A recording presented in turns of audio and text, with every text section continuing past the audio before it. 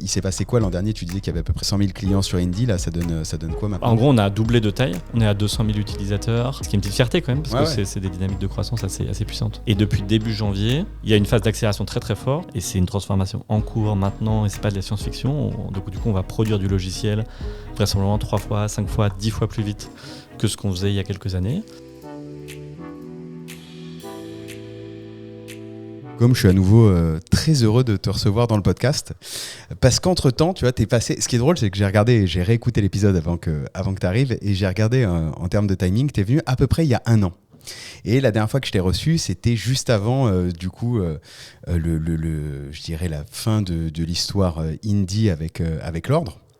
Et donc depuis, il s'est passé plein de choses. Et juste avant qu'on appuie sur Rec, je te disais, ok, tu fais partie des peu d'invités pour l'instant qui viennent 2 fois. Tu vois, il y a eu Arthur, par exemple, de Penny Lane qui est venu 3 fois, parce que plein d'actu. Et donc là, je me dis, il s'est passé beaucoup de choses entre Indy et la profession comptable en 1 an. Tu as annoncé aussi que tu voulais maintenant lancer une offre qui allait en direction des experts comptables. Donc tu vois, je veux comprendre en fait, qu'est-ce qui fait que dans la stratégie de com, c'était quand même assez frontal au début, je te le disais l'an dernier, tu vois, quand t'es venu, je t'avais vu la première fois aux universités d'été de Paris il y a, je pense, 6 ou 7 ans, un truc comme ça, et c'était vraiment pas amical, je dirais, et puis même toi, enfin dans les 2 sens, tu vois, il y avait ce sujet, donc tu vois, qu'est-ce qui a changé? Et en même temps, en 1 an, il s'est passé, en plus donc de l'arrêt Indy, dont beaucoup parlent, tu vois, dans la profession, franchement, ça devient... c'est pas un cas d'école, mais en tout cas, c'est quelque chose qui définitivement change beaucoup de choses et qui, à mon sens, ouvre beaucoup de portes. Et je suis super curieux, tu vois, d'avoir ton opinion aussi sur tout ça. Quand tu étais venu il y a 1 an, on avait parlé aussi de la place de l'IA, de la facture électronique, là où ça en est aussi Indy en termes de plateforme agréée. Il me semble que vous avez eu l'agrément aussi, à des peu de boîtes, tu vois, qui l'ont déjà. Donc tu dois quand même bien comprendre, voir comment ça marche. Et puis mine de rien, tu vois, même si on parlait, pareil, hein, il y a 1 an de machine learning, IA, là, on prend des claques. C'est juste avant que tu arrives, j'étais en train de jouer avec Claude Code. Je me demande, je sais plus, tu vois. Et je me dis, tiens, est-ce que demain, t'as pas, sans aller jusqu'à recréer un Indy, tu vois, mais je me dis aujourd'hui, tu vois, l'arrêt Indy me fait dire que presque demain, tout le monde pourrait monter son outil de prod. Alors, je sais que c'est pas aussi simple, et j'entendais un podcast de Patrick Maurice, tu vois, le fondateur de Dougs, le cofondateur de Dougs, qui disait qu'en fait, c'est quand même pas si simple pour tout le monde de créer ça. Mais voilà un peu l'ordre du jour, comme ça je te le donne en live, et je suis très content vraiment que tu reviennes, parce que ça se creuse, quoi. Et je pense que tu fais partie de ces acteurs qui font bouger les lignes. Donc, bienvenue à nouveau dans le podcast de l'Accounting Business Club. Carrément, ravi d'être là, merci pour l'invitation, et en effet, c'est vraiment un moment passionnant où il se passe énormément de choses, donc ravi de parler de tous ces sujets. Donc j'invite ceux qui ne te connaissent pas encore et qui connaissent pas Indy, d'aller voir le dernier épisode, enfin l'épisode qu'on a fait ensemble, je le mettrai en description. Juste, du coup, j'aimerais qu'on comprenne un peu, pour repasser le contexte, qu'est-ce qui s'est passé en 1 an pour Indy, pour toi, tu vois, c'est quoi un peu, retrace-nous un peu l'histoire. Peut-être pour représenter Indy dans son contexte et avec notre positionnement. Donc Indy, maintenant, c'est une application tout en un pour les indépendants, donc c'est-à-dire c'est un système d'exploitation complet qui permet de créer, gérer son entreprise jusqu'à déclarer ses impôts. Et l'idée, c'est qu'on ne s'adresse qu'à des entreprises qui n'ont pas d'employés. Et donc en gros, c'est une plateforme qui permet de réunir au même endroit la comptabilité, le compte pro, la facturation, jusqu'aux déclarations fiscales. Tout ça dans une seule et même application. On a fait beaucoup de chemin depuis 1 an vers cette vision. Puisqu'on a en fait étoffé toute notre offre. On venait d'un monde où on faisait surtout la comptabilité et les déclarations fiscales pour des petits indépendants, historiquement beaucoup les professions libérales et les freelances. Et maintenant, on est capable de couvrir une large panoplie d'entreprises, y compris des investisseurs immobiliers en SCI, en LMNP, toutes les situations de micro-entrepreneurs, et on adresse de plus en plus les artisans, les commerçants, et donc en fait on est capable de couvrir tout le panel des indépendants en France, et aussi beaucoup de profondeur fonctionnelle sur cette application tout en un, pour être capable de gérer tous les cas particuliers dans la facturation, le devis, la facture et le cycle de vie de la facture, dans le compte pro, où maintenant on a un des comptes pro les plus avancés du marché pour ces personas solo-entrepreneurs, avec des tiers lire à taxes pour mettre de côté de l'argent, pour payer l'URSSAF, pour payer la TVA, pour mettre de l'argent de côté, une application mobile parmi les meilleurs du marché. Et on arrive à faire tout ça en maintenant un niveau de satisfaction extrêmement élevé, quoi. On a 4,8 sur 5 sur toutes les plateformes. C'est toi qui l'as développé le compte pro ? Le compte pro, on est en partenariat avec une plateforme en marque blanche qui nous fournit vraiment le socle bancaire qui s'appelle Swan. Ah, t'es avec Swan aussi ? Ok. Et nous, ensuite, c'est nous qui développons toutes les fonctionnalités qui permettent à l'utilisateur d'interagir avec ces fonctionnalités bancaires. Et donc, en fait, ça permet d'avoir la même expérience que dans une banque traditionnelle avec une carte bancaire, un IBAN, les transactions, les virements instantanés, etc. Et on est encore en train de développer cette offre avec toutes les fonctionnalités bancaires. Notamment, de plus en plus, on s'intéresse au paiement et à l'encaissement pour ces indépendants. Bah oui, t'es obligé parce qu'en fait ça colle avec le gros sujet de la facture électronique, quoi. Si tu gères pas le paiement et tout ça directement dans ton appli, il va te manquer un moment. C'est d'ailleurs pour ça que tout le monde se bat aujourd'hui sur le sujet, quoi. Exactement. En fait, nous, le point de départ, c'est que quand on discute avec nos clients, ce qu'ils expriment, c'est la volonté de ne pas multiplier les outils parce qu'il y a un enjeu de simplicité pour gérer une activité où tu n'as pas d'employés, tu as une petite activité. Et donc, si tu peux éviter de multiplier les outils, de les interconnecter, c'est un gain énorme. Et donc, l'enjeu, c'est d'arriver à progressivement être capable de couvrir tous les besoins dans cette unique plateforme, seule et même plateforme. Et donc, ce qu'on est capable de faire maintenant, c'est proposer l'encaissement des factures directement par un lien de paiement où les clients peuvent payer nos clients sur Internet. Et on va annoncer très prochainement le lancement de l'encaissement sur lieu de vente où tu vas pouvoir utiliser l'application Indy pour directement encaisser sur lieu de vente des cartes bancaires avec un terminal de paiement ou directement sur ton smartphone. Ok. Donc là, ça veut dire qu'on va venir après, parce que je veux qu'on retrace quand même toute l'année, mais ça veut dire qu'on va ouvrir vraiment la porte justement de cette concurrence que tu as chez toi avec, là tu vois, tout ça c'est vraiment en frontal aussi avec Penny Lane, et puis ça se colle même si Penny Lane du coup va toucher plus que les indépendants, avec du Cegid qui a racheté Shine pour 1 milliard, c'est Shine Europe évidemment, mais quand même ça veut dire que ça va venir en face, et puis avec les acteurs bancaires, tu vois, un Collecto ou autre qui viennent dessus, quoi. Mais ça on se le garde pour après. Je veux qu'on retrace du coup un peu toute cette année entre le moment où tu étais venu, ça n'avait pas encore été décidé, entre l'arrêt Indy et maintenant, qu'est-ce qui s'est passé, qu'est-ce que ça a changé aussi pour vous, l'arrêt Indy. Ouais, donc sur le volet que tu mentionnais, on a lancé du coup une option expert comptable. L'idée, c'est de permettre à nos clients d'avoir le meilleur des deux mondes et de leur laisser le choix. Historiquement, on leur a toujours dit, on vous laisse le choix. Soit vous voulez faire votre comptabilité chez nous et ensuite vos déclarations fiscales en autonomie chez nous dans la continuité, soit vous voulez faire votre pré-comptabilité chez nous et ensuite vous passez le relais à un expert comptable qui va faire lui-même les déclarations fiscales. Mais jusque-là, ce choix, c'était le client lui-même qui devait trouver son expert comptable. Et là, du coup, grâce à cette option expert comptable, on est capable d'accueillir des partenaires qui sont experts comptables et qui sont super bien formés à Indy et qui travaillent main dans la main avec nos équipes pour trouver la meilleure expérience utilisateur. Et du coup, ça permet de laisser le choix à nos clients de faire leur déclaration fiscale en autonomie ou de déléguer la déclaration fiscale à un expert comptable partenaire avec qui ils vont signer une lettre de mission, engager une relation contractuelle et fonctionner avec les bénéfices d'Indy et des partenaires qui sont particulièrement organisé pour fonctionner avec Indy et servir ce type de clientèle qui, encore une fois, une clientèle qui n'a pas d'employés. Mais du coup, alors c'est une marketplace, quoi. En fait, est-ce que si je comprends bien, c'est normal, ça c'est intéressant, je l'avais pas compris comme ça. En gros, moi je suis client, je suis indépendant, je suis client Indy. Un moment, j'en ai marre, je me rends compte que c'est pas mon job de faire la compta. Je vais sur Indy et sur Indy, en fait, tu m'as mis une plateforme mise en relation avec un partenaire expert comptable et là tu passes la balle à 3 cabinets qui vont recevoir la demande et eux après ils vont prendre la mise en relation. C'est ça ? C'est grosso modo ça, mais je ne reprendrai pas à mon compte le terme de marketplace parce qu'il suggère deux idées qui sont fausses chez nous. La première, c'est que la marketplace, elle crée une intermédiation. Son modèle économique, souvent, c'est de prendre une rémunération sur cette mise en relation entre le client et l'expert comptable. Alors que là, ce n'est pas le cas. Nous, quand on met en relation un client avec un expert comptable, l'expert comptable, il est libre de tarifer comme il le souhaite sa prestation. Et nous, on ne va pas intermédier cette relation. Le client, il a son logiciel Indy, il paye son abonnement pour son logiciel Indy. Et ensuite, il contractualise avec son expert comptable. Et 100% de la rémunération va à l'expert comptable. Ça, c'est le premier point. Et le deuxième point, on n'est pas dans une logique de catalogue. L'idée, c'est pas de dire voilà 10 ou 15 experts comptables parmi lesquels tu peux choisir. On va plutôt essayer d'avoir des experts comptables qui sont un peu triés sur le volet parce qu'ils ont un fonctionnement particulièrement adapté pour certaines professions, où on sait qu'on a développé quelque chose qui fonctionne de façon très fluide et très puissante pour certaines professions. Et donc du coup, c'est plutôt un petit ensemble de partenaires sélectionnés avec qui on fait un travail assez poussé pour avoir une expérience vraiment très aboutie. Et donc la liste de nos partenaires, elle se compte sur les doigts de mes deux mains. C'est une liste très resserrée. Et par contre, il y a un suivi de l'expérience et de la qualité qui est très rapproché. L'enjeu, encore une fois, c'est d'arriver à maintenir un niveau de satisfaction exceptionnel. C'est ça qui a fait notre succès jusque-là. C'est cette confiance, cette qualité, c'est un actif super précieux.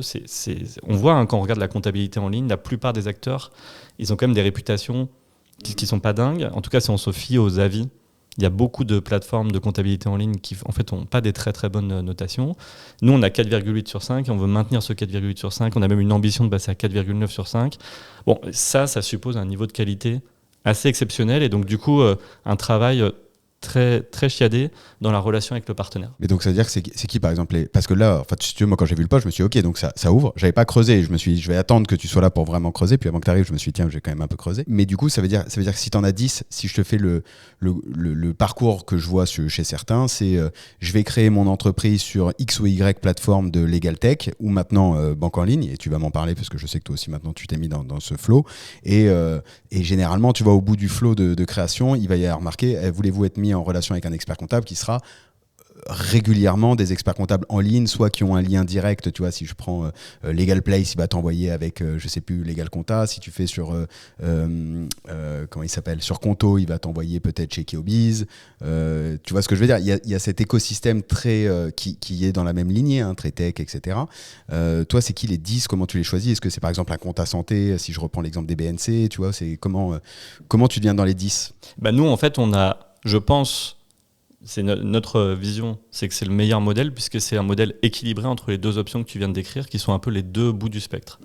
Si tu prends l'exemple de Legal Place, comme tu viens de le décrire, Legal Place, ils ont leur propre filiale d'expertise comptable qui s'appelle ComptaPlace. Et donc, 100% des leads qu'ils envoient, et des prospects qu'ils envoient à leur cabinet comptable, c'est leur propre filiale d'expertise comptable, mais qui vient avec des défis de scalabilité majeurs, quoi. La plupart des acteurs de la comptabilité en ligne, quand ils essayent de passer à l'échelle, en fait, la qualité, elle se dégrade très très vite. C'est très dur de fournir un très bon service à grande échelle quand tu es comme ça, juste avec une filiale. Et on le voit d'ailleurs, on a déjà plein de retours que la qualité n'est pas au rendez-vous, qu'il y a quand même pas mal de problèmes sur la qualité, et ça pose des problèmes de scalabilité. Et je pense que tous les comptables en ligne, si tu regardes depuis 2011 et le tout début, ils ont eu des moments un peu terribles où la satisfaction s'effondre, la réputation s'effondre, parce que le modèle est quand même très très difficile à passer à l'échelle.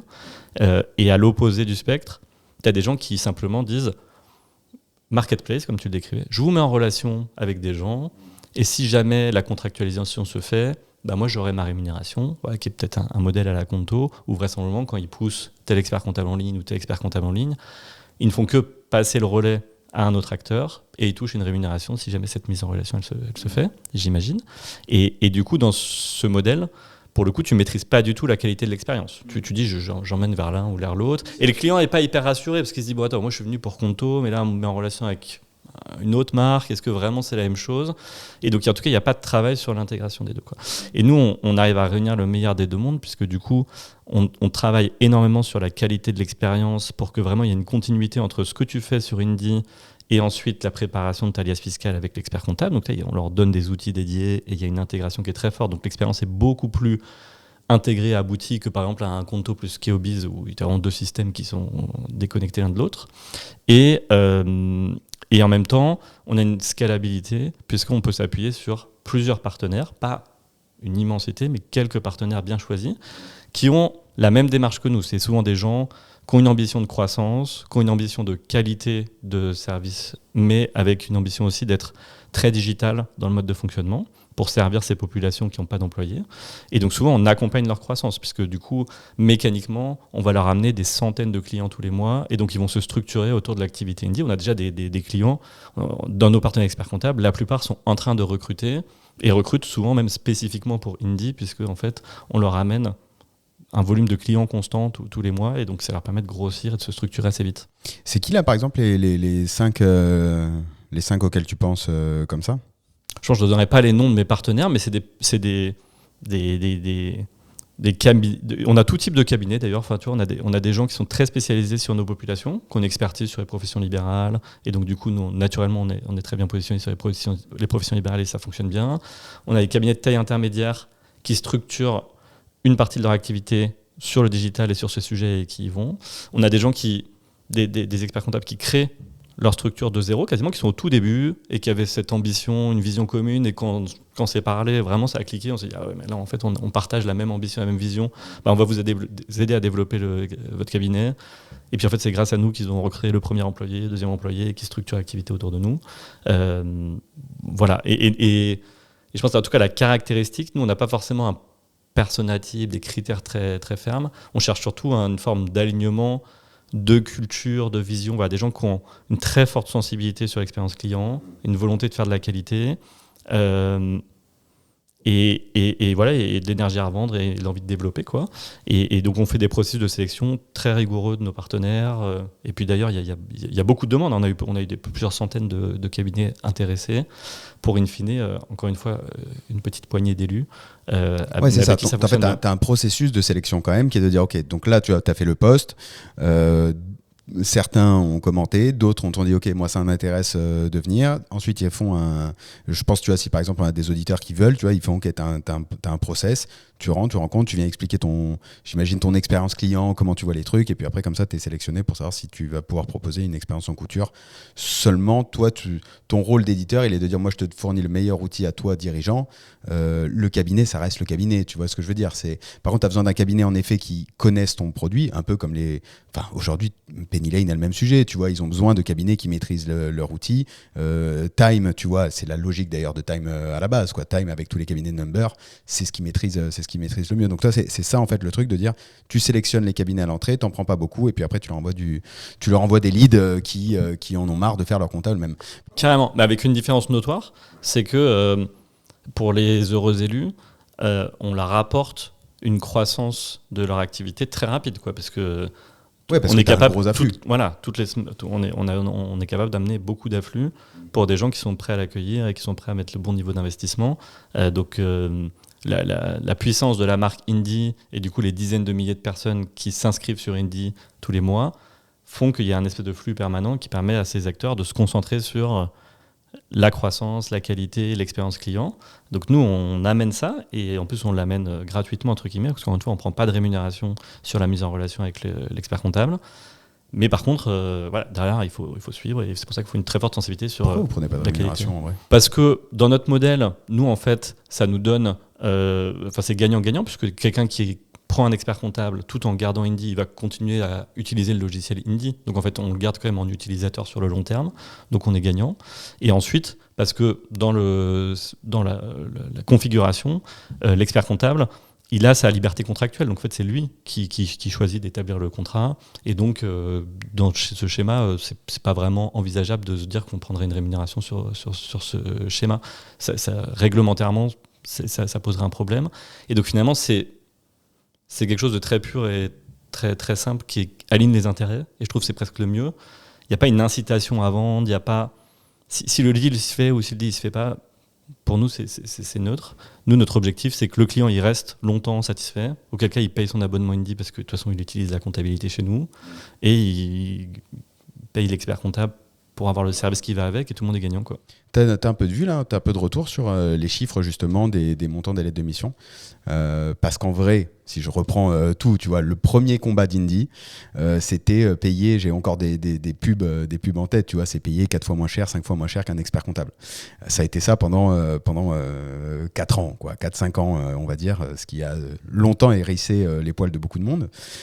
Et ce qui a joué, tu vois, aujourd'hui, il y en a d'autres qui font encore plus bas que toi, tu vois, des compta stars qui te mettent la compta à partir de 9 € par mois et qui te mettent des campagnes de ads, à mon avis, à déverser des milliers d'euros tous les mois. Je pense qu'en termes d'image, c'est très dur. Mais tu vois, ce que je veux dire, c'est que le client Indie, pas tous, mais c'est pour ça que je veux savoir quel est le montant des zonos, des lettres de mission un peu que tu peux avoir en retour, c'est que le client Indie, il est venu aussi pour une question de prix. C'était la promesse, tu vois. C'est quoi un peu les retours que tu peux avoir, toi, sur tout ça ? Ouais, j'ai 2 réponses. Donc la première, c'est, en fait, quand on dit, nous on dit 4 fois moins cher qu'un expert comptable, etc. Je pense que sur le marché, il y a des gens qui ont des besoins différents. Et c'est pas nous qui dictons si tel client a plutôt un besoin comme ça ou un besoin comme ça. C'est la nature de son activité, sa sensibilité lui-même à déléguer, pas déléguer, etc. Et donc, une fois qu'on voit tout un panel de gens, il y a des gens qui sont sensibles à faire eux-mêmes leur comptabilité. Et puis il y a d'autres qui préfèrent déléguer leur comptabilité. Et ça a toujours existé, encore une fois. Bien avant qu'Indy arrive, il y avait déjà 10-15%. Il y avait EBP, il y avait Ciel, il y avait plein de gens qui tenaient leur comptabilité eux-mêmes. Donc nous, notre positionnement historique, c'était de se dire, EBP et Ciel, ça a mal vieilli, quoi. Et donc nous, on va faire la nouvelle version d'un logiciel qui permet de tenir soi-même sa comptabilité, faire soi-même ses déclarations fiscales, qui est du coup naturellement une alternative expert comptable, puisque l'utilisateur, il choisit. Est-ce qu'il veut déléguer un expert comptable ou faire lui-même ses déclarations. Et donc nous, comme on proposait de faire soi-même, c'est sûr que les gens qui sont dans ce mode, je vais faire moi-même, souvent leur argument c'est de dire je préfère faire moi-même, ça me coûte moins cher que de déléguer. Et c'est pas dégrader la valeur de l'expert comptable que de dire quand tu fais toi-même, globalement c'est moins cher quand même.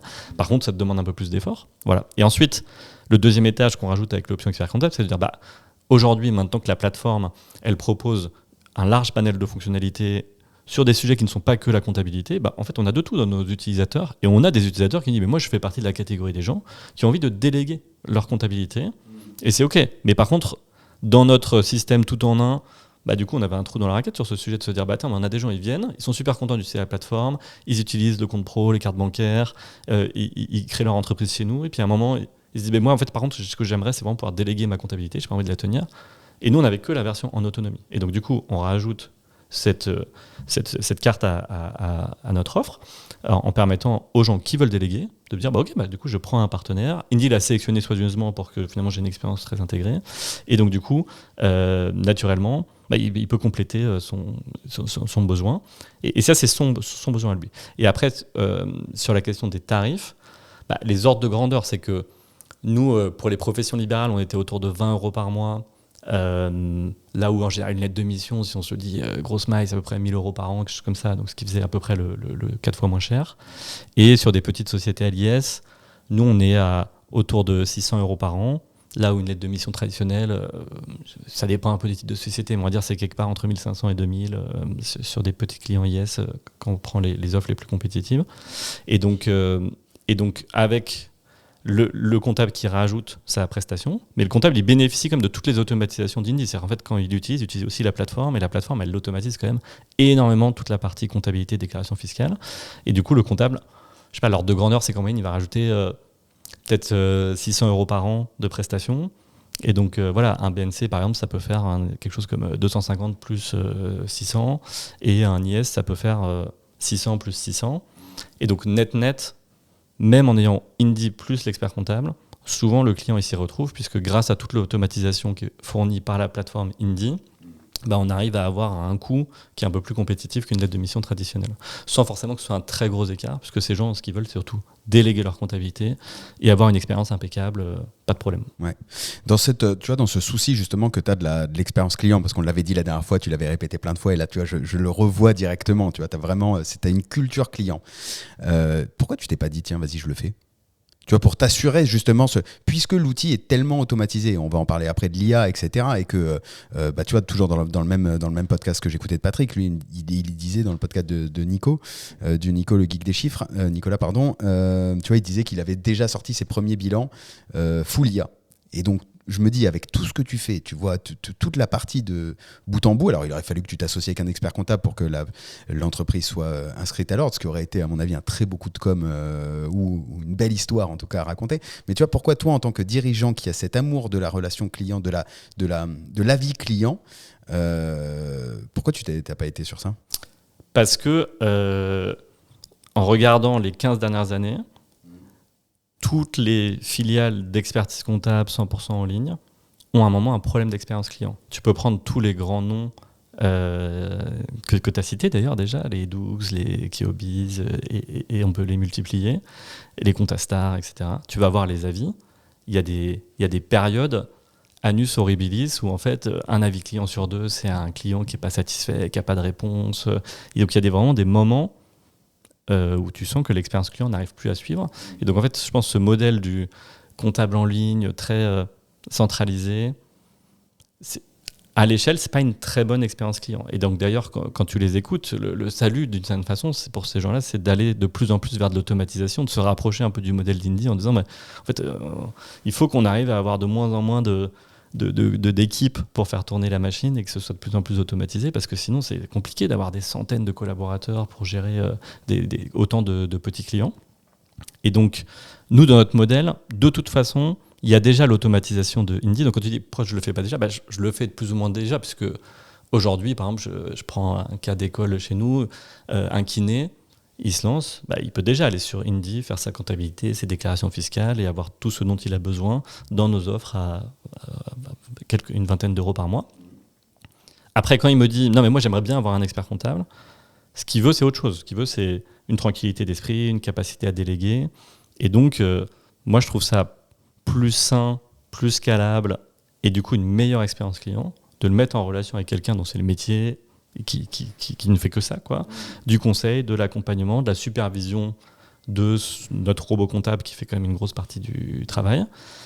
Et pour moi, en tout cas, ça marche. À petite échelle, on arrive à avoir un niveau de satisfaction qui est très élevé. Des clients qui sont ravis de se dire je peux garder Indy parce que j'adore Indy. Et en même temps, j'ai l'expert comptable que je voulais un expert comptable. Donc, moi, je trouve que c'est le meilleur des mondes versus développer nous-mêmes une activité qui est pas le cœur du sujet. Et puis l'autre sujet, c'est que chacun son métier, quoi. Nous, notre métier, c'est éditeur de logiciels. Notre savoir-faire, c'est de produire du logiciel. Et c'est là-dessus qu'on est très fort. Et puis le métier de l'expert comptable, c'est de prendre en charge la tenue comptable, de faire ce travail de conseil accompagnement. Et donc, il y a une complémentarité assez naturelle. Et donc là, les besoins des clients qu'on ne savait pas servir sur notre modèle historique, ce qu'ils voulaient, c'était ça. Donc, c'était naturel de les mettre en relation avec des experts comptables. Ok. Non, parce que sinon, en fait, c'est que, tu vois, ça me semblait. Ça aurait pu être la suite logique, quoi. Quand tu vois que tu as déjà bien avancé dans l'automatisation. En fait, c'est que tu aurais été le Dougs. Ça aurait été une plateforme en Dougs. Parce que Dougs est le seul aujourd'hui, je trouve, à être, tu vois, cabinet en ligne et plateforme intégrée. Et donc, ça aurait pu venir en frontal. Mais là, je comprends, en fait, tu divises, je dirais, le risque de la relation client en disant c'est un métier différent, je comprends, en disant c'est un métier différent. D'ailleurs, Penny Lane avait fait pareil, tu vois, il avait été cabinet lui au début, puis après il a dit non, je suis éditeur de logiciels, ce qui nous amènera après sur le second sujet aussi de toute la guerre maintenant des éditeurs de logiciels. Mais ok, donc très clair. Ça représente quoi à peu près Indy là en chiffre cette année, parce qu'on a coupé c'est intéressant hein, comment on va se découper l'année, mais tu vois, il s'est passé quoi l'an dernier? Tu disais qu'il y avait à peu près 100 000 clients sur Indy, là ça donne quoi maintenant? En gros, on a doublé de taille, on est à 200 000 utilisateurs. Et globalement, c'est ça la dynamique qu'on connaît, quoi, à peu près un x2 d'une année sur l'autre, avec des dynamiques extrêmement variées, puisque en fait, on a de plus en plus de gens qui nous rejoignent parce qu'on fait la création d'entreprises gratuitement, avec tout un accompagnement, et donc ça fait des petits, très souvent les gens en parlent, et donc il y a beaucoup de gens qui viennent créer leur entreprise chez nous. On a le compte pro gratuit, qui est aussi un très beau produit et donc du coup qui attire des milliers de personnes tous les mois parce que c'est une très belle offre, quoi. Il y a tout ce qu'il y a dans une banque traditionnelle, mais là c'est 100% gratuit pour les pros. Il y a un facteur lié à la réforme de la facture électronique, on va s'en parler, qui fait qu'il y a plein de gens qui réfléchissent à comment s'équiper. Et là encore, on a une offre qui est entièrement gratuite pour avoir une PA en émission, en réception, et branché sur la comptabilité avec toutes les automatisations. Et donc, tu as plein de gens qui nous rejoignent pour la facture électronique. Et ensuite, tout le panel d'offres pour la comptabilité, les déclarations fiscales, sur de plus en plus de segments, comme je te disais, puisque maintenant, on adresse aussi les investisseurs immobiliers, les artisans commerçants, e-commerçants. Donc, tout ça cumulé, on grossit dans toutes les dimensions. Et donc, c'est ce qui nous permet de doubler la taille de l'entreprise, de la clientèle en un an, ce qui est une petite fierté quand même, parce que c'est des dynamiques de croissance assez puissantes. Et en arrivant à maintenir surtout la relation, enfin en tout cas les avis clients qui sont positifs, quoi. Qui est la métrique, je pense, que tu suis.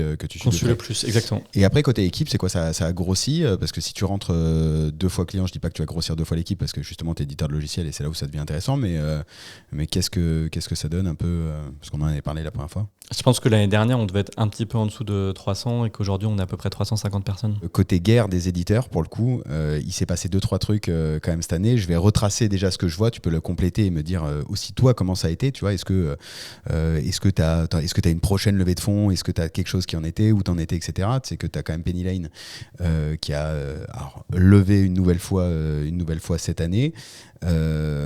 Tu as eu Cégide, on le disait en amont, qui a racheté Shine. Je pense que c'est intéressant, tu vois, parce que mine de rien, c'est des mouvements de marché qui sont en face de toi, où vous utilisez, en tout cas, je vais prendre Penny Lane qui utilise Swan, et donc dans la logique, tu vois, compte pro, enfin toutes les promesses dont tu m'as parlé avant, c'est des promesses qui sont assez, je trouve, aujourd'hui similaires. Tu vois, c'est ça qui est assez impressionnant d'ailleurs dans ce marché, c'est de dire que si ce n'est les banques qui font encore payer un compte pro, j'ai l'impression que tous les éditeurs. D'ailleurs, est-ce que vous êtes, tu vois, c'est quoi le métier, quoi? Est-ce que tu es éditeur? Est-ce que tu deviens banquier? Est-ce que le banquier devient éditeur? Et la place de l'expert comptable au milieu de tout ça, c'est assez intéressant ce qu'on est en train de vivre. Qu'est-ce qu'il y a eu d'autre après dans l'année dans le marché qui s'est passé en face de toi, où tu as dû recevoir des notifs en te disant, et surtout toi, voilà, par rapport à toi, comment ça s'est passé? Est-ce que tu as une levée en cours? Est-ce que tu es rentable? C'est quoi un peu les chiffres? Sans rentrer dans les chiffres, mais tu vois, c'est quoi ce qui s'est passé sur le marché pour toi, quoi? Nous, en tout cas, on suit notre développement et notre plan de route. On avait levé en 2023, donc il n'y a pas si longtemps que ça, une très belle levée de fonds qui nous donne vraiment du carburant et une capacité d'investissement qui nous permet de déployer tout ce que je te décrivais juste avant, qui est quand même pas rien. On est sur beaucoup de fonds en même temps et on continue dans cette lignée, puisque du coup, grâce à toute cette croissance, on a les moyens de nos ambitions.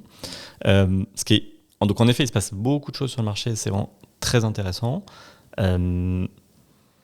Je dirais beaucoup de signaux qui viennent valider notre thèse stratégique et nos intuitions stratégiques. Nous, en fait, on a la chance de travailler que sur des entreprises qui n'ont pas d'employés, des tout petits des indépendants. Et du coup, on connaît très bien ces populations, on passe beaucoup de temps à échanger avec eux, etc. Et je pense que c'est particulièrement vrai sur ces petites populations, sur ces entreprises qui ont très peu d'employés, qu'il y a un besoin de convergence, d'avoir tous les outils au même endroit et de ne pas multiplier les outils. C'est particulièrement marqué sur cette population. Et donc nous, c'est quelque chose qu'on avait intuité très tôt et où on a commencé à travailler sur notre thèse là-dessus dès 2021 et on a déployé des choses dès 2023. Et aujourd'hui, tout le marché se met à suivre. Le signal où tu as Cégide qui vient racheter Shine, donc en fait un acteur majeur de la comptabilité qui vient racheter un acteur majeur des néobanques pour les pros, c'est ce mouvement de convergence qu'on avait déjà amorcé, qui est presque d'une certaine façon la continuité de ce qu'on a fait. C'est-à-dire nous, 1 an et demi plus tôt, on lance un compte pro gratuit pour les indépendants. Évidemment, en face de nous, une des offres qui existe qui a un positionnement très centré sur les indépendants, c'est Shine. Et 1 an et demi plus tard, il y a cette consolidation de se dire, nous aussi, on va faire comptabilité plus compte pro. Donc on le prend comme une forme de validation de l'endroit où on a envie d'aller. Mais je pense que c'est parce que c'est très ancré sur les besoins des clients. Les clients, c'est ça qu'ils veulent, et donc les éditeurs s'adaptent et aussi combinent leurs offres. Et après, il y a une forme d'innovation et de digitalisation accélérée, où on sent que quand même les éditeurs traditionnels sont quand même beaucoup challengés par les nouveaux acteurs qui vont très vite, très fort. Là encore, ça valide tout un tas de choses qu'on avait intuitées. Parce que nous, on investit énormément dans l'innovation et dans l'automatisation.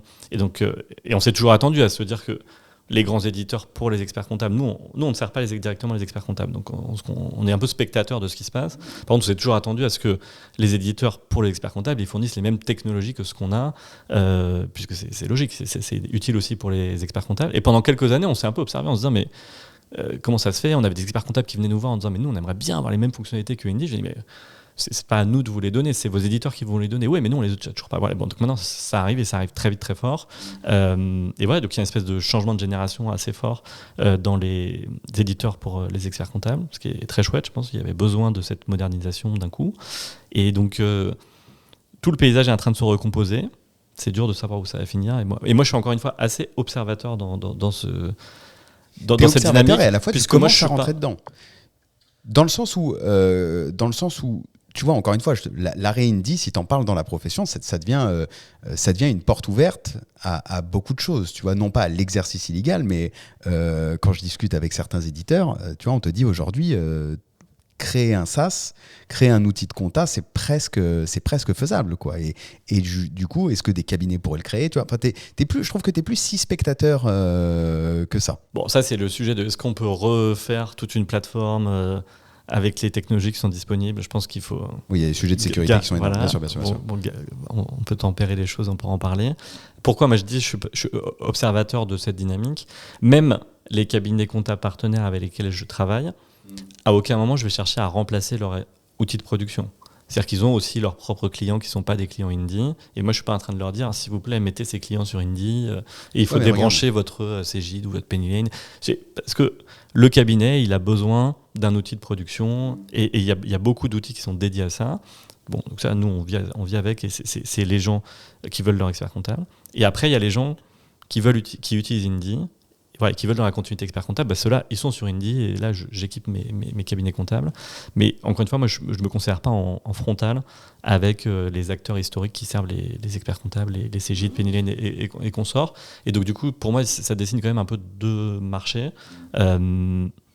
Et donc, sur nos populations d'indépendants, nous, on est encore une fois un peu spectateurs de ces dynamiques. Et par contre, on a un enjeu de bataille avec nous-mêmes pour rester les plus avancés. Pendant longtemps, on était les plus avancés sur les niveaux d'automatisation. Maintenant, il y a des éditeurs qui sont aussi très forts et qui font des choses très chouettes. Et donc, on suit aussi avec curiosité ce qui se passe, puisque du coup, il y a une course à l'innovation aussi. Parce qu'à la fin...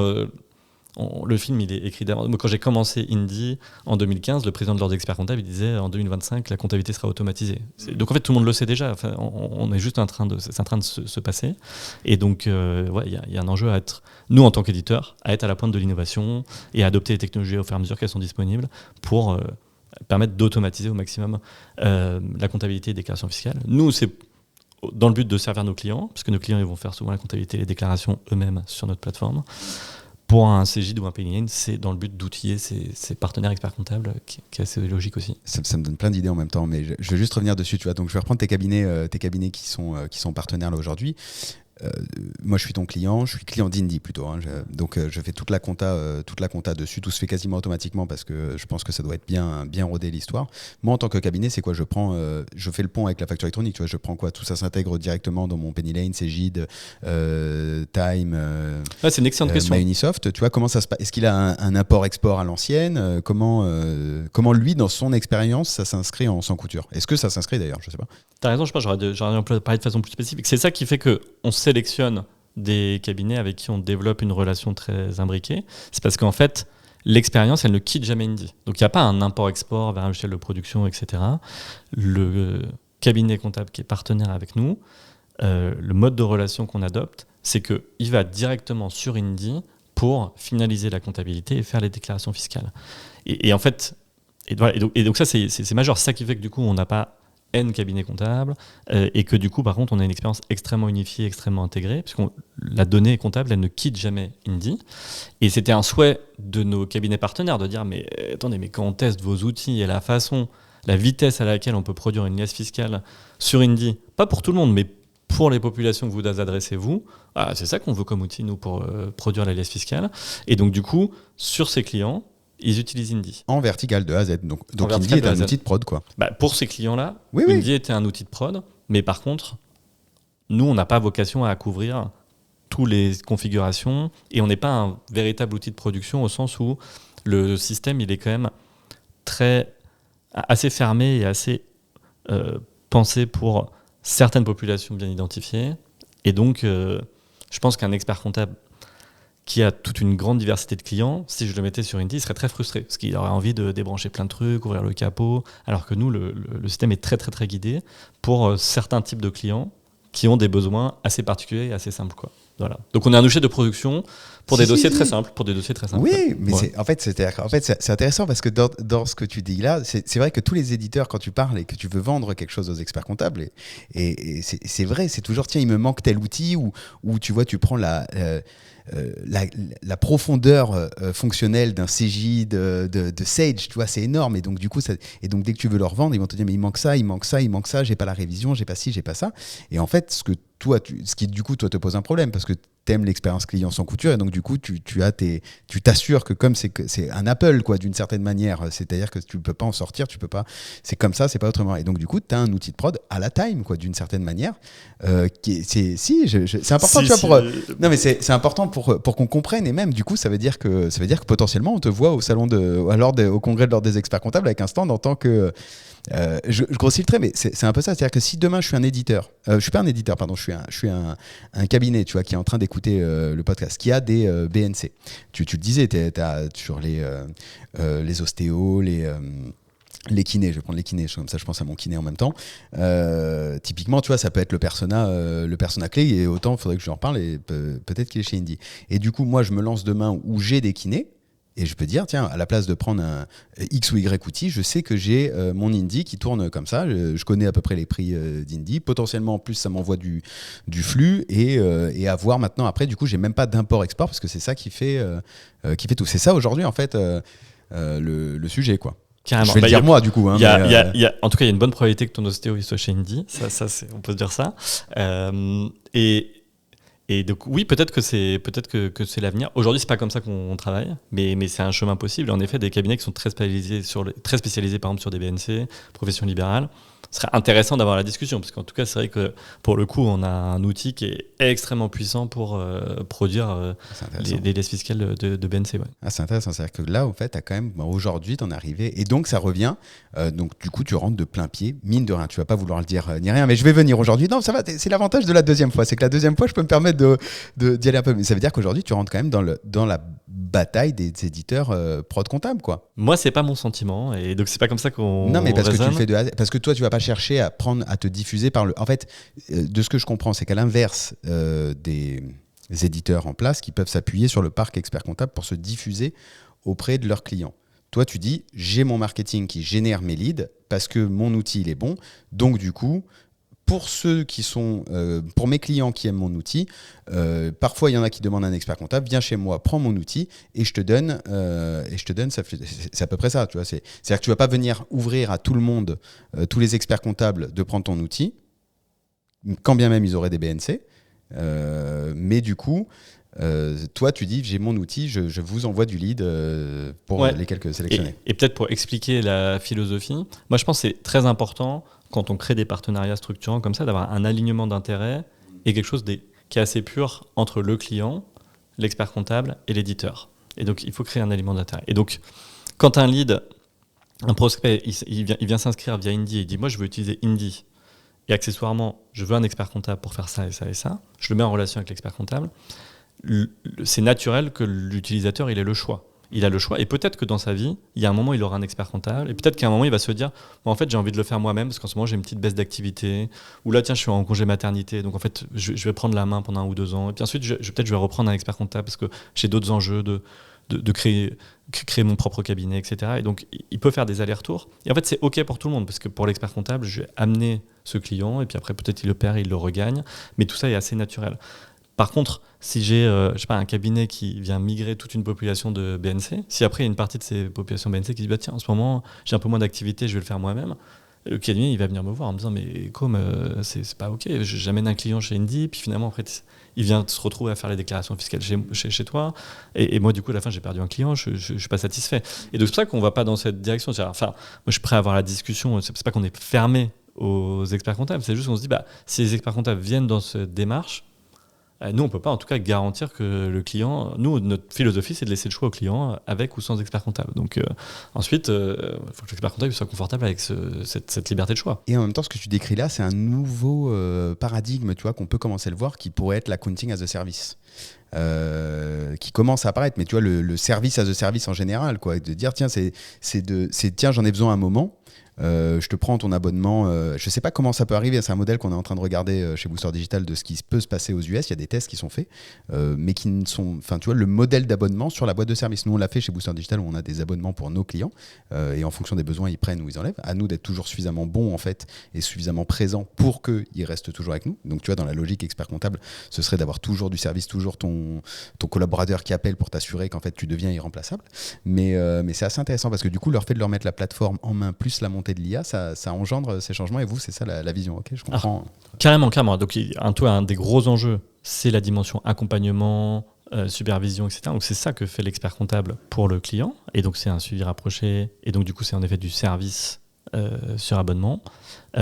Et l'autre dimension qu'on voit beaucoup sur nos clients indépendants, population d'indépendants, c'est que le besoin de conseil, il existe, mais souvent il est assez ponctuel et assez profond. Je prends un exemple, on parlait de ton ostéo.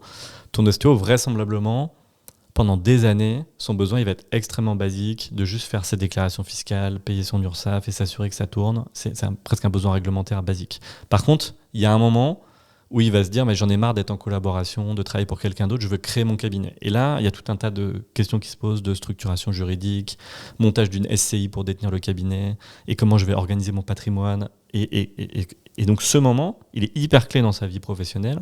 Et là, souvent, il a besoin d'un conseil expert, et il est prêt à payer ce conseil, quoi. Et donc, nous, on réfléchit beaucoup à une logique aussi d'avoir du conseil, mais ponctuel, à la demande, qui n'est pas forcément factorisé dans un abonnement, parce que tu ne sais pas le moment où tu vas en avoir besoin. Et donc, est-ce que vraiment il faut payer tous les mois pour le jour où tu as besoin, tu l'as, versus plus se dire, bah, ok, il y a des moments de vie un peu clés. Dans ces moments de vie, on est capable de mettre les gens en relation avec les meilleurs experts de ce type de sujet, et ils payent la prestation, mais ils ont une prestation qui est très qualitative, et du coup, ils ont à nouveau la meilleure expérience client. Mais bon, vraiment, à quoi tu fais, c'est le même raisonnement tout le temps, c'est de partir des besoins du client et regarder concrètement de quoi ils ont besoin, et ensuite d'essayer de s'adapter pour y répondre au mieux. Et ce qu'on voit, c'est que le besoin est souvent assez ponctuel, mais souvent assez exigeant dans ces moments clés. Et donc, sur ces sujets-là, c'est intéressant de réfléchir plutôt avec une prestation de service ponctuelle pour gérer ces moments de vie, quoi. Côté facture électronique, du coup, vous avez été l'une des premières PA. Enfin, dans les, tu vois, je pense qu'il y a eu, du coup, il y a dû y avoir 12, il y a eu Penny Lane. Il y a eu quoi? Il y a eu 8 premières, je crois, un truc comme ça. J'ai plus la chronologie en tête, mais en tout cas, on était en effet dans les toutes premières validées. Et après, c'est pas une course à qui non, est le parce que premier, dans tous les etc. cas, en septembre, mais c'est juste pour savoir, toi, tu as là maintenant, est-ce que tu as eu des petits retours? Qu'est-ce que tu en vois? C'est quoi un peu ton feedback sur ça? Bah, c'est passionnant de vivre une réforme comme ça, et du coup de voir un peu comment les gens s'équipent. C'est encore dur à lire, parce que il y a des gens qui disent qu'ils sont PA, etc. Et en fait, tu vas dans l'annuaire et tu trouves 0 utilisateurs qui sont chez cette PA. Donc du coup, tu peux te dire, bon, bah, ils sont PA, mais ils sont pas complètement déployés. Donc il y a des gens, objectivement, aujourd'hui, ils sont pas complètement déployés. Donc on sait pas où ils en sont. Mais je pense que peut-être qu'ils sont un peu en retard, et que du coup, bon, bah, pour rassurer le marché, ils disent oui, on est prêt, oui, on a eu l'agrément, mais en fait, il se passe rien de concret. Et après, nous, quand on fait un peu d'échantillonnage, quand on regarde un peu les dynamiques de ce qui se passe, pour le moment, il y a un espèce de top 3 qui émerge, quoi, où on voit Conto qui a été très précurseur dessus, qui a beaucoup poussé ses utilisateurs à s'équiper. Penny Lane qui a fait aussi une campagne et qui a fait un rattrapage assez rapide. Et nous qui sommes sur la 3e marche du podium. Et donc, c'est ça notre enjeu, au fond, c'est de finir ce cycle en arrivant sur la 3e marche du podium. On a la chance d'avoir une excellente offre, à la fois sur le mobile et sur l'ordinateur. Une offre hyper complète, gratuite, et d'être fort sur les 2 aspects. C'est-à-dire, au fond, la réforme de la facture électronique, ce que les gens souvent ne comprennent pas, c'est que soit ils ont une sensibilité devis facture, je facture mes clients, et c'est ça dont j'ai besoin, c'est un bon outil de facturation. Et il y a des gens qui le voient plutôt sous l'angle réception. Ok, 2026, mon obligation, c'est réception des factures. Comment je fais pour récupérer mes factures en comptabilité, quoi. Et en fait, il y a les 2 aspects dans la réforme, et souvent les clients sont un peu confus entre les deux. Et nous, comme on a une plateforme tout en un, on a la chance d'avoir ces 2 flux et ces 2 usages qui sont hyper matures. À la fois, on est capable de récupérer les factures, les interpréter automatiquement, les insérer en comptabilité, extraire la TVA et générer tout ce qu'il faut pour préparer l'alias fiscal automatiquement. Donc ça, c'est le volet très comptabilité, réception des factures justificatives. Et de l'autre côté, on a un outil de devis facture qui est très puissant et très profond maintenant d'un point de vue fonctionnalité. Il y a plein de subtilités dans la facture, des factures de situation, des devis, de l'autofacturation, et donc des factures d'acompte. Et donc, en fait, souvent, la plupart des modules de facturation ne gèrent que les cas un peu basiques. Et donc, très vite, les clients, au bout d'un moment, ils vont se retrouver dans un cas d'usage qui n'est pas géré par la plateforme, ils sont coincés. Et nous, on a la chance d'avoir les capacités pour investir et avoir comme ça un logiciel de facturation qui a toute cette profondeur fonctionnelle, qui a aussi le mobile. C'est un gros enjeu quand tu factures tes clients, tu vois, t'es artisan, faire tes devis, tes factures en mobilité, c'est pas un détail, quoi. Et donc du coup, comme on a cette couverture fonctionnelle hyper complète et que le produit est gratuit, on a une très très forte traction sur des gens qui viennent s'outiller pour la partie devis facture sur Indy. Toi aussi, ça a été un des points intéressants quoi, pour capter de nouveaux clients, c'est rigolo. Ouais, et c'est encore le tout début, hein, on se parle là, on est en mars, mais la vague elle a commencé il y a quelques mois et la vague elle est assez puissante et donc elle promet d'être très très puissante. Ouais, là tu vois une accélération. Ouais. Ah ouais. C'est marrant parce que j'ai l'impression que c'est une vraie guerre là, marketing, tu vois, où ça part dans tous les sens, quoi. Toutes les banques envoient tout à leurs clients, mais bon, vous devez aussi y aller. Après, après la guerre marketing, nous on s'y insère pas forcément parce que du coup, comme notre outil il est gratuit et très complet, on peut pas être fort sur tous les tableaux. On peut pas dire on a un truc gratuit et très complet et en plus on investit en marketing, etc. En fait, on gagne pas beaucoup d'argent sur ces utilisateurs ou pas du tout d'argent, ça dépend. Parce que là, c'est ceux que tu mets en freemium. Voilà, ils prennent nos produits gratuits. Donc nous, en fait, notre pari, c'est ça a toujours été le cas. C'est ça que tu disais en gratuit, on fournit un produit gratuit qu'on estime être le meilleur du marché ou parmi les meilleurs du marché sur l'usage. Et on compte sur les gens pour en parler et en parler autour de ce qui se fait. Hein. Du coup, il y a beaucoup de communautés. Les gens disent « Ah, mais comment on fait pour faire cette réforme ?» Il y a quelqu'un qui dit bah, « Moi, j'utilise Indy, tout est gratuit, c'est nickel, ça marche. » Ok. Et le lendemain, il y a 200 personnes qui s'inscrivent. Et donc, ces effets boule de neige, ils se font très, très vite. Mais du coup, nous, on n'a pas fait la guerre des marketing dollars. Vous n'allez pas nous voir à la télé, sur les abribus, etc. Ça, c'est les autres qui font. Mais parce que nous, on se dit on donne le maximum de valeur aux clients. Du coup, c'est pas en dépensant beaucoup en publicité, c'est plutôt en investissant dans l'outil, en se disant si on a le meilleur outil gratuit, quand même ça va se savoir et les gens se passent le mot, quoi. J'ai compris ce que tu veux dire en gratuit. J'avais pas jusqu'où de gratuit tu allais, mais ok. Ouais, notre offre gratuite, nous en fait, on a un socle gratuit qui permet de gérer sa boîte de bout en bout. Donc, qu'est-ce qu'on met dans le socle gratuit ? Il y a le compte pro avec la carte, l'IBAN, la capacité à payer. Il y a la facturation. Donc, tu as devis, facture sur mobile avec tout ce qu'on vient de se dire. Il y a quelques fonctionnalités qui sont dans nos plans avancés, comme par exemple les factures récurrentes, etc. Mais tu peux faire quand même beaucoup de choses en gratuit. Il n'y a pas de limite d'usage, quoi. Tu peux facturer des centaines de clients si tu veux. Et la pré-comptabilité qui permet de classer, préparer la TVA, etc. Et donc, avec tout ça, tu as tout pour gérer ta boîte. Et après, il y a des gens, ils exportent et ils passent la balle au comptable pour faire la déclaration fiscale. Et il y a des gens, ils prennent nos abonnements payants pour faire la déclaration fiscale avec nous. Mais le socle gratuit, il est très étendu, très complet. Et donc, c'est une grosse partie de la dynamique qu'on connaît, c'est grâce à ce gratuit. Et d'ailleurs, ce qui est intéressant dans le cadre de la réforme, c'est qu'on a aussi pas mal de gens. En fait, il y a certains experts comptables qui essaient de pousser des outils pas dingues et payants sur ce besoin de facturation pour les personas qui nous concernent, quoi, des toutes petites boîtes. Et donc, moi, j'ai eu plusieurs situations concrètes avec des gens qui arrivent, comme petite activité, qui font 20-30 000 euros par an. Et l'expert comptable, il leur pousse un outil de facturation. C'est la grosse Bertha, ça coûte 30 euros par mois. Il se dit, mais moi, j'ai pas envie de payer 30 euros par mois pour un outil de facturation. Et donc, du coup, il va dire, non, mais moi, je vais quand même regarder ce qui existe. Et il trouve, Indy, il est super content de trouver quelque chose qui est dimensionné par rapport à la taille de son activité. Et donc, on mise aussi un peu là-dessus, de se dire, l'expert comptable, quand il a des clients qui ont des moyens et des besoins avancés, on peut pousser des outils qui sont payants et les clients, ils ont cette capacité à payer. Mais il y a aussi toute une longue traîne de petits clients qui, eux, n'ont pas cette capacité à payer. En fait, eux, ils sont très bien sur Indy. On a tout ce socle gratuit. Ça leur permet déjà d'être équipés en conformité. Puis ensuite, ils exportent la comptabilité et ils passent la balle à leur expert comptable. C'est quoi, je pense, aux créateurs, du coup ? Parce que c'est une offre, d'accord, je comprends si c'est gratuit, forcément. J'avais pas le scope, tu vois, jusqu'où ça va. Donc, si c'est gratuit, c'est idéal quand même pour un créateur. Et comme on voit qu'il y a de plus en plus de créateurs, au moins, je vais dire, je te sors le médical, mais au moins sur, tu vois, les free, les side projects, les trucs comme ça. Enfin, c'est vraiment, on va dedans. Mais donc, c'est-à-dire qu'en plus de te mettre dans la partie des éditeurs, tu te mets aussi sur la partie des Legal Tech, parce que est-ce que tu vois le canal créateur est un des canaux d'acquisition pour toi en même temps qu'en face d'un Conto, qu'un Number du coup oui, tout à fait. Historiquement, Legal Tech aujourd'hui c'est une catégorie qui n'existe quasiment plus parce que il fut un temps où il y avait des gens qui faisaient que la création d'entreprise et les autres ne faisaient pas la création d'entreprise et on se faisait des partenariats. Aujourd'hui, il n'y a pas un seul des acteurs que tu as cités qui ne fournit pas la création d'entreprise. Tu vas chez Conto, on crée la boîte, tu vas chez 12, on crée la boîte, tu vas chez Number, on crée la boîte, tout le monde crée des entreprises. Mais parce que la partie création d'entreprise, c'est pas un gros morceau. Il faut bien le faire pour que l'expérience soit très fluide. Nous, on a préféré le faire doucement et sûrement pour le faire vraiment très léché, très tu l'as fait en interne. Super expérience. Ouais, en interne. Et donc, du coup, on a une super expérience. Mais c'est pas un gros morceau par rapport à tout ce qu'on fait sur la comptabilité, etc.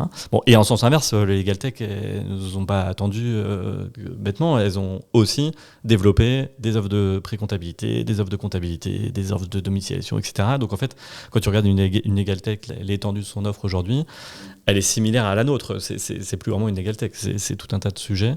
Donc tout ça, en fait, en effet, ça s'est mélangé, convergé, et il n'y a plus tellement de différence. Ouais. Où tu vois justement le marché là dans 5 ans? C'est une sacrée bonne question en ce moment, parce qu'il y a quand même beaucoup de mouvements, et donc c'est dur à lire.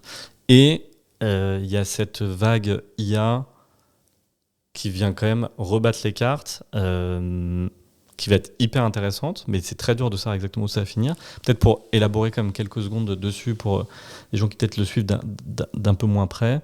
Nous, en tant qu'éditeur de logiciels, on est vraiment aux avant-postes pour voir ce qui se passe sur l'IA. Et pendant longtemps, c'était un peu le buzzword, tout le monde en parlait.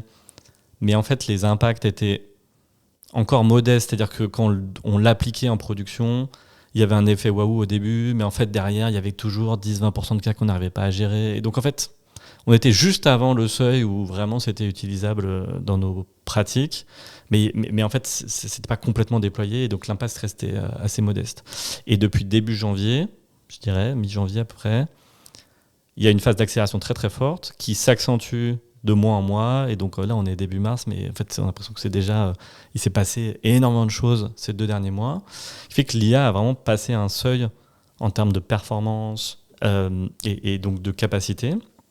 Et donc d'un coup, ça ouvre des perspectives complètement dingues et un peu vertigineuses, puisque l'IA est passée du moment où elle était pas tout à fait performante pour vraiment être utilisée dans les entreprises. Donc on avait plein de cas d'usage, mais ça allait vraiment pas complètement jusqu'au bout. Ah, ça y est, elle est passée au-dessus de ce qui est nécessaire pour l'usage en entreprise. Et en fait, il y a plein de cas d'usage, on peut l'employer un peu partout. Les cas d'usage les plus évidents et les plus matures aujourd'hui étant la production de logiciels, qui est notre métier. Donc nous, on est aux premières lignes pour se dire comment on fait pour produire du logiciel demain avec de l'IA. Et c'est une transformation en cours maintenant, et c'est pas de la science-fiction. Donc du coup, on va produire du logiciel vraisemblablement 3 fois, 5 fois, 10 fois plus vite que ce qu'on faisait il y a quelques années. Il y a des usages aussi dans la relation client qui sont passionnants. Nous, on est assez précurseurs là-dessus, on a nos propres technos en interne là-dessus, et on arrive à faire des choses vraiment chouettes sans dégrader l'expérience client, voire même en l'améliorant, parce que tu as une réponse instantanée hyper quali, en combinant le meilleur de l'humain et de l'IA. Et ça, à nouveau, c'est vraiment très transformatif ce qui est en train de se jouer, et donc il y a des sujets passionnants là-dessus. Et ensuite, dans l'innovation dans le produit, puisqu'en fait, avec une IA qui a plus les faiblesses de sa jeunesse, où 10-20% du temps, elle hallucinait, elle racontait n'importe quoi, et on se disait, putain, comment on gère vis-à-vis d'un client une IA qui dit n'importe quoi, c'est pas si facile que ça, quoi. D'un coup, il y a quand même beaucoup plus de constance dans la qualité, une qualité de raisonnement qui est bien meilleure. Donc souvent, les réponses mettent un peu plus de temps, mais elles sont auto-vérifiées d'une certaine façon, et elles sont quand même très très constantes, consistantes en termes de qualité. Et donc, sur tous les volets, conseil client, accompagnement client, il y a plein de cas d'usage qui sont passionnants. Nous, ça fait longtemps qu'on réfléchit comment faire par exemple de l'optimisation fiscale entre guillemets pour nos clients qui ont une forte demande de se dire non mais est-ce que quand je suis sur Indie je suis sûr que je laisse pas un peu d'argent sur la table vis-à-vis des impôts, parce qu'il y a machin qui m'a parlé qu'il avait une astuce pour économiser je sais pas quoi. Et à chaque fois c'est un peu fantasmé ce truc, parce que quand on passe en revue les sujets pour de vrai, en fait il y a 5 ou 6 sujets. C'est vrai qu'en fait si tu prends les chèques vacances, tu peux aller économiser quand tu es professionnel libéral. Il faut faire les chèques vacances, tu fais pas les chèques vacances, c'est dommage, tu laisses de l'argent sur la table. Il y a 2-3 trucs sur les repas, sur le véhicule, mais la liste elle est pas non plus infinie, c'est 5 ou 6 sujets, mais c'est difficile de délivrer ce conseil à grande échelle dans notre mode de fonctionnement historique.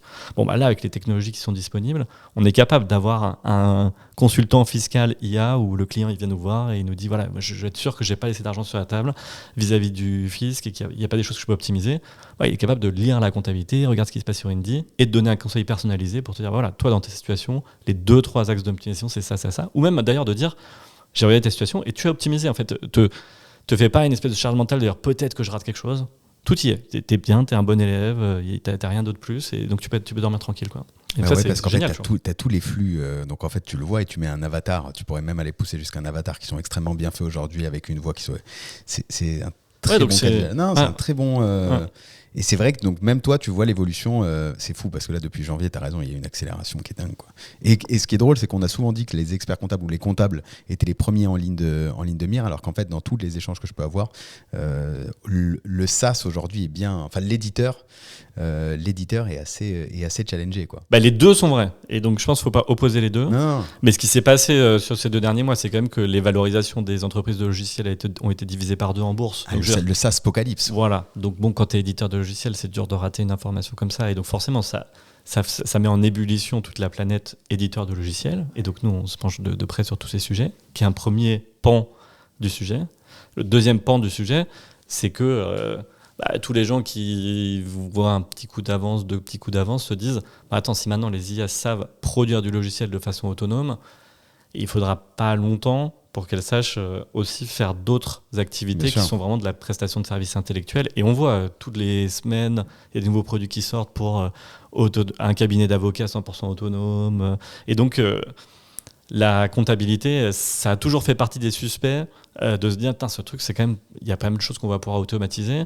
Mais bon, c'est vieux comme le monde aussi. Hein. Moi, encore une fois, quand j'ai créé la boîte il y a 10 ans, il y avait déjà des études de McKinsey qui disaient le plus probable d'automatisation par l'IA, c'est les cabinets comptables. Et bon, 10 ans plus tard, il y a toujours autant de cabinets comptables. Et donc, la révolution n'a pas eu lieu. Donc, je pense qu'il faut prendre ça avec des pincettes, mais il faut le regarder quand même sérieusement parce que les choses s'accélèrent très fort là. Ouais, et tu vois, j'ai fait un épisode en anglais, je ne sais pas s'il va sortir avant ou après le tien, avec Yann, qui est le cofondateur d'un outil qui s'appelle Carbone, qui est un outil de practice management en fait, sur tout le marché anglo-saxon, qui, du coup, dans la discussion, j'apprends avec lui que ça arrive en France. Et belle boîte quand même, un peu dans le même style. Lui, il est aux US et c'était juste après le crash, tu vois. Et je lui dis, vas-y, c'est quoi pour toi en tant qu'éditeur, comment ça se passe et comment ça s'intègre dans ta boîte, comment tu drives tes équipes, tu vois, c'est une question que j'aurais pu te poser aussi en question parce que tes équipes tech, et en fait il me dit mais oui, ce qui est drôle c'est que c'est un peu la même réponse que toi, c'est ouais, on est en train de prendre une claque et il se passe quelque chose, mais d'un autre côté la feature qui nous mettait 3 mois à développer,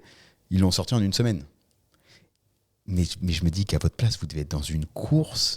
Et tu vois, ça me soulève un sujet, je vois le temps qui passe, mais juste, c'est vraiment une porte que je voulais ouvrir parce que je le disais en intro par rapport à tout ce qui s'est passé, Claude Cowork, Claude Code, etc. Et, Claude aujourd'hui est vraiment, je trouve, en tout cas dans mes cas d'usage, un coup d'avance.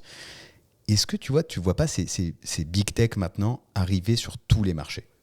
Aux US, il y a le fonds de Google. Alors j'imagine que dans tous les fonds qu'ils ont, ils investissent partout, mais tu vois, ils viennent de mettre un gros billet sur une des boîtes qui fait de l'agentique, de la compta agentique.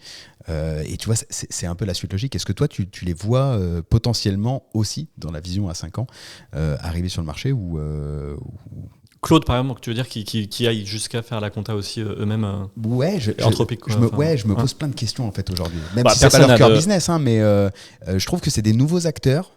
Tu vois, au même titre où toi, il y a 10 ans, t'es arrivé et t'as dit ok, on peut faire un robot comptable et puis ça a mis le temps. Et j'ai l'impression qu'on est en train de vivre une espèce de nouvelle révolution avec des nouveaux acteurs qui sont hors scope des secteurs, qui du coup s'affranchissent là encore plus des secteurs. Tu vois, en vrai, tu le disais, une accélération sur les SaaS. Eux qui ne sont pas des SaaS qui fonctionnent, enfin tu vois, c'est pas ce truc, ils s'affranchissent du modèle SaaS, quoi. Ouais. Personne n'a de boule de cristal, donc je pense qu'il faut rester très humble dans ce genre de situation. Oui, mais on peut quand même tracer quelques perspectives.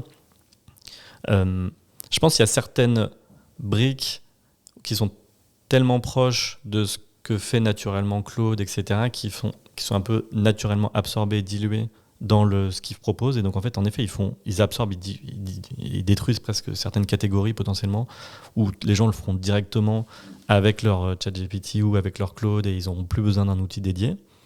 Et en même temps, ces gens sont aussi les grands fournisseurs de pelles et de pioches de cette révolution. Donc c'est quand même des gens qui outillent les entreprises et donc il y a un arbitrage chez eux à se faire et donc il faut se demander où est la ligne de démarcation. Je pense pas qu'ils le fassent de façon opinionated et volontaire de dire je vais détruire telle industrie ou telle industrie, mais c'est juste qu'il y a des cas d'usage qui naturellement sont absorbés dans un cloud généraliste et après il y a des usages beaucoup plus spécifiques qui nécessite que on embarque ces technologies sous le capot chez nous, mais par contre il y a une verticalisation et une approche plus spécifique. Et donc nous c'est le cas typiquement sur pas mal de sujets autour de la compliance. Par exemple, tu as du mal à imaginer que ton Claude il ait les bons agréments pour envoyer des liasses fiscales, qu'il ait les bons agréments pour interagir avec les banques, qu'il puisse se positionner sur des sujets de paiement. Donc personne ne sait de quoi le futur est fait, mais je trouve que il y a des usages qui ont une vocation réglementaire et qui, je pense, auront plutôt tendance à embarquer en marque blanche ces technologies sous le capot, mais que l'utilisateur il utilisera quand même un outil dédié. Je pense qu'il y a des sujets de confiance aussi. En fait, c'est rigolo d'utiliser l'IA sur certains sujets où l'erreur n'est pas très grave, quoi. Et donc, tu peux explorer des choses et il y a de toute façon le tour de magie. Une fois de temps en temps, ils se trompent, mais c'est pas très grave. Pas sûr que les gens soient très fans d'explorer l'IA sur leur déclaration fiscale en se disant ouais, si une fois de temps en temps ils se trompent, c'est pas très grave, quoi. Et donc, tu vois, quand tu utilises ton Claude Cowork, tu peux aujourd'hui lui dire tiens, voilà tous mes fichiers, est-ce que tu peux me générer une liasse fiscale, s'il te plaît? Il sort la liasse fiscale. Ensuite, qu'est-ce que tu fais avec ça? Est-ce que tu es sûr que ta liasse fiscale elle est juste? Et moi, Tu l'as passé à un autre agent qui. Tu la passes à un autre agent qui va dire et moi donc on l'a fait pour de vrai, hein, c'est des vraies questions qu'on se pose et ce qu'on a vu c'est que des gens même parfois qui étaient un peu sûrs de se dire ouais non mais si j'ai vérifié franchement c'est bon, en fait il y a des erreurs, quoi. Et donc ce risque d'erreur il fait que quand même bon il y a une valeur à avoir un acteur en bout de chaîne qui est quand même le superviseur, qui est capable de mettre un coup de tampon, qui est capable de superviser ce que l'automatisation de la production, qui est l'expert comptable, ou qui est le logiciel très normé comme chez nous, qui va mettre toutes les validations, les coups de tampon. Donc moi, j'ai du mal à m'imaginer une IA 100% omnisciente, agnostique, et qui est capable de servir toutes les industries en même temps. Mais voilà, mais il faut être vigilant et il faut jamais dire jamais, hein, ça va très vite. Ouais, c'est fou, ça va extrêmement vite et je trouve que c'est passionnant de le vivre, quoi. Et là, en même temps, en ce moment, bah, tu as tout en même temps, quoi. C'est que tu as l'IA qui va extrêmement vite. En septembre, tu as la facture électronique avec les PA, et vous êtes dedans. Tu as le changement de paradigme. Enfin, on est vraiment au cœur de tout ça et super intéressant. En tout cas, merci beaucoup. Est-ce que tu vois quelque chose à rajouter? Est-ce qu'on a fait le tour? Je trouve qu'on a bien ouvert. Est-ce qu'il me reste des questions qui piquent le temps que tu me dis si tu as fait le tour des membres de l'Accounting Business Club? Non, je pense qu'on a fait un bon tour de piste de tous les sujets qui se jouent. Moi, je voudrais qu'on retienne, on va dire, la démarche qui est la nôtre, quoi, de finalement proposer un bon outil avec tout un socle gratuit. Voilà, vraiment penser sur les besoins de ces indépendants, avec toutes les synergies qui sont possibles sur, notamment dans cette vague d'équipements liés à la facture électronique. Je pense qu'il y a plein de cabinets qui vont avoir des sujets sur la longue traîne de leurs petits clients, comment les équiper, comment les mettre en conformité. Donc là, je pense qu'il y a quelque chose d'assez naturel à les mettre sur Indie. Et puis on est toujours ouvert pour des nouveaux partenaires qui partagent cette philosophie et qui ont envie de développer une activité spécifiquement sur les indépendants, qui nous contactent et on étudie les candidatures de façon très régulière. Eh ben écoute, magnifique. Je regardais là, il y avait une question qu'on n'a pas vue, mais qui était de dire le marché se consolide tellement vite. Quand est-ce que Indie se vend? Nous, c'est pas du tout dans nos projets aujourd'hui, puisque on est en très forte croissance. Tu m'as posé la question de la rentabilité. On va être très bientôt rentable, et donc du coup, on a quand même toutes les options ouvertes face à nous. Dans un moment où on a quand même comme ça le vent dans le dos très fort, ce serait un peu bizarre de vendre dans ce moment assez exceptionnel. Donc du coup, on est plutôt très long terme dans la façon dont on développe la société. Je pense qu'il y a des choses qu'on a dit il y a 10 ans, qui ont mis du temps à se matérialiser, mais qui sont en train de se matérialiser, de s'accélérer. Nous, en fait, l'arrivée de l'IA, c'est aussi génial parce que ça valide la thèse. Et si tu te souviens, quand on avait créé la boîte, ça s'appelait Georges le robot comptable. Il y avait déjà cette intuition de se dire, mais à la fin, la comptabilité sera automatisée. Ce qu'on veut faire, nous, au fond, c'est un robot comptable. Mais la technologie nous donnait quand même quelques freins, qui fait que franchement, il y a certaines parties de l'expérience, on n'est pas tout à fait au robot comptable. Mais ça y est, on a une technologie qui est disponible pour faire certaines pièces qui nous manquaient jusque-là. Donc c'est vraiment hyper excitant pour continuer la vision originelle et aller au bout de la vision originelle. Donc voilà, moi je trouve que c'est vraiment un moment passionnant. On a longuement parlé aujourd'hui, c'est vraiment hyper excitant. C'est pas du tout le sujet du moment de réfléchir à qui vend quoi, comment quoi. Affaire à suivre. En tout cas, merci beaucoup d'être venu encore une fois. C'était un plaisir. J'ai comme d'hab, chaque échange, j'apprends plein de trucs et je me suis régalé. Je te dis du coup à très vite pour un prochain épisode. Nul doute que dans toutes les évolutions, il va bien y avoir encore des nouveautés. Mais là, tu vois, je trouve que c'était intéressant le revirement de situation, tu vois, de passer de cas indie à en réalité, j'ai compris plein de choses pendant l'épisode. Super intéressant à suivre. J'espère que vous avez pris autant de plaisir que moi à écouter cet épisode. Si ça vous a été utile, partagez-le au plus grand nombre, mettez 5 étoiles sur la plateforme de votre cœur de streaming. Rendez-vous sur YouTube aussi, puisqu'il y a les vidéos maintenant sur YouTube. Et puis voilà, parce que le métier est en pleine transformation, comme on vient de l'entendre pendant un peu plus d'une heure. Et c'est maintenant qu'on doit le réinventer, je pense. Et tu vois, c'est avec tout ce que tu dis là, ou tout ce que tous les invités disent, qu'il faut arriver à le comprendre et dire, tiens, comment je repense mon modèle économique? Il y a plein de choses à apprendre. En tout cas, merci beaucoup, Com, et merci à vous d'écouter l'Accounting Business Club. Moi, je vous dis à très vite pour un prochain épisode. Ciao.